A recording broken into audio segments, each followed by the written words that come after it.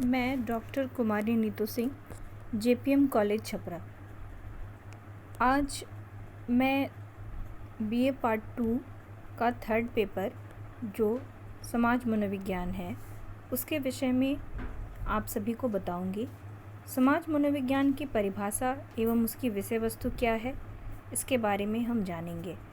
मनोविज्ञान की एक स्वतंत्र शाखा के रूप में समाज मनोविज्ञान की शुरुआत 1908 में मानी गई, जब विलियम मैकडूगल ने समाज मनोविज्ञान की सबसे महत्वपूर्ण पाठ्य पुस्तक इंट्रोडक्शन टू सोशल साइकोलॉजी प्रकाशित की।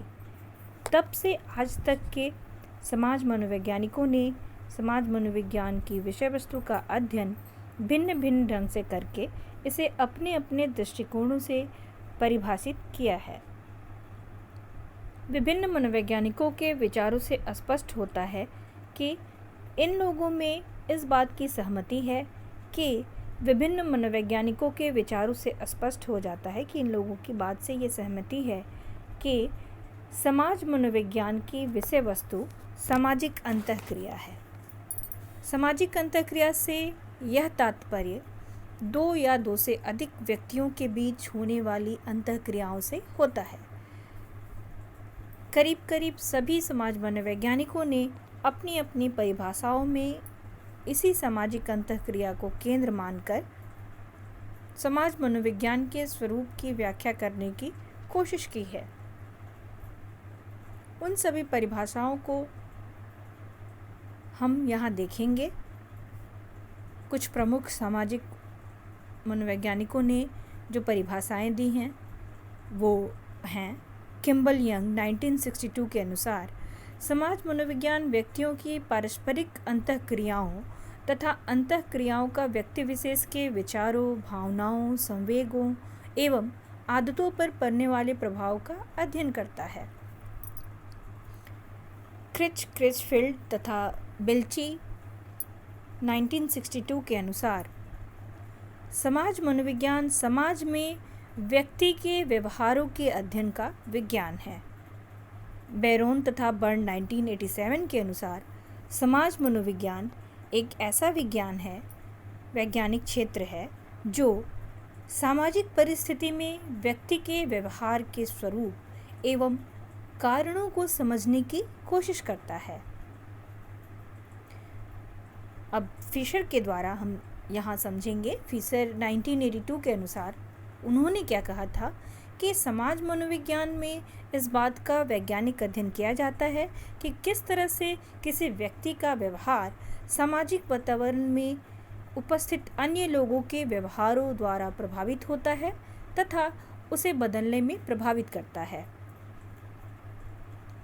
फील्डमैन 1985 के अनुसार समाज मनोविज्ञान एक ऐसा विज्ञान है जिसमें किस तरह से किसी व्यक्ति के चिंतन, भावनाएं एवं क्रियाएं दूसरों द्वारा प्रभावित होती हैं का अध्ययन किया जाता है। मेयर्स 1988 के अनुसार व्यक्ति दूसरों के बारे में किस तरह से सोचता है, दूसरों को कैसे प्रभावित करता है तथा एक दूसरे को किस तरह से संबंधित करता है का वैज्ञानिक अध्ययन ही समाज मनोविज्ञान है। अब यहाँ हम इन सभी परिभाषाओं का विश्लेषण करेंगे और इस निष्कर्ष पर पहुँचेंगे कि विभिन्न समाज मनोवैज्ञानिकों ने अपने अपने ढंग से समाज मनोविज्ञान को परिभाषित किया है और उनके विचारों में काफ़ी समानताएं देखी गई हैं। करीब करीब सबों ने, साथ ही साथ उन लोगों ने भी जिनकी परिभाषाएं ऊपर नहीं दी गई हैं, समाज मनोविज्ञान के विषय वस्तु के रूप में व्यक्ति द्वारा सामाजिक परिस्थिति में किए गए व्यवहार को स्वीकृत किया है। न्यूकॉम्ब 1962 ने ऐसे व्यवहारों को अंतःक्रिया की संज्ञा दी है। इस समानता को ध्यान में रखते हुए समाज मनोविज्ञान की एक सामान्य परिभाषा हम इस प्रकार भी दे सकते हैं। समाज मनोविज्ञान व्यक्ति के व्यवहार तथा अनुभूतियों का सामाजिक परिस्थिति में अध्ययन करने का एक विज्ञान है। इस परिभाषा का जो ऊपर दी गई परिभाषाओं का सार है, जब हम विश्लेषण करते हैं तो प्रमुख तथ्य आते हैं निकल के, जो निम्नांकित इसके फैक्टर्स हैं वो प्राप्त होते हैं। वो हैं, पहला, समाज मनोविज्ञान एक विज्ञान है तथा मनोविज्ञान की एक शाखा भी। दूसरा, समाज मनोविज्ञान में व्यक्ति के व्यवहारों तथा अनुभूतियों का अध्ययन किया जाता है। तीसरा, समाज मनोवैज्ञानिक इन व्यवहारों एवं अनुभूतियों का अध्ययन सामाजिक परिस्थिति में करता है। अब प्रश्न यह उठता है कि सामाजिक परिस्थिति किसे कहते हैं। सेवर 1977 के अनुसार सामाजिक परिस्थिति उस परिस्थिति को कहा जाता है जिसमें दो से अधिक व्यक्तियों या समूहों के बीच अंतःक्रिया होता है। न्यूकॉम 1962 के अनुसार अंतःक्रिया एक ऐसी प्रक्रिया होती है जिसमें एक व्यक्ति वैसे व्यक्ति का प्रत्यक्षण कर अनुक्रिया करता है जो प्रत्यक्षण करके उसके प्रति भी अनुक्रिया करता है। इस तरह अंतःक्रिया में एक व्यक्ति की अनुक्रिया दूसरे व्यक्ति के उद्दीपक का कार्य करती है। अंतःक्रिया दो प्रकार की होती है, आमने सामने की अंतःक्रिया तथा प्रतीकात्मक अंतःक्रिया। आमने सामने की अंतःक्रिया में व्यक्ति एक दूसरे व्यक्ति को उसके सामने उपस्थित होता है और उससे वो इंटरैक्ट होता है। और प्रतीकात्मक अंतःक्रिया में दो अलग अलग जगहों पर रहने वाले व्यक्ति जो आपस में इंटरैक्ट करते हैं, अंतःक्रिया करते हैं। उदाहरण के स्वरूप मान लीजिए कि एक व्यक्ति दूसरे व्यक्ति को जो दूसरे शहर में रह रहा है एक पत्र लिखता है और उस पत्र का जवाब दूसरा व्यक्ति पहले व्यक्ति को देता है।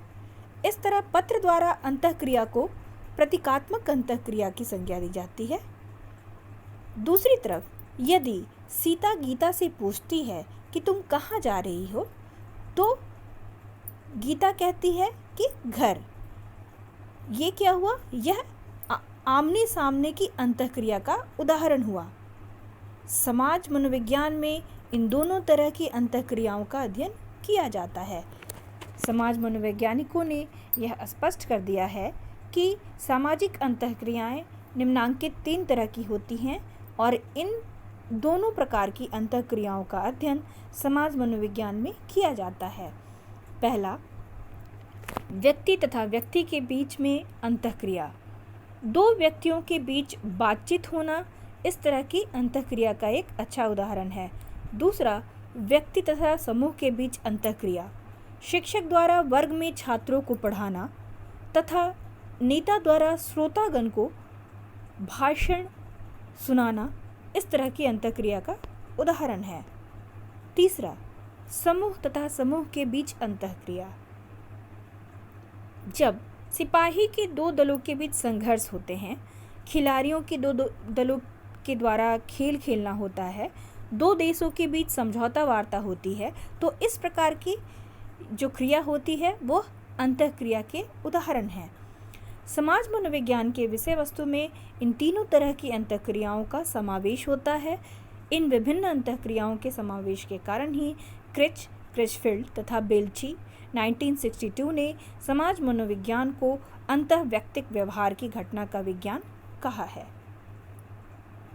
धन्यवाद।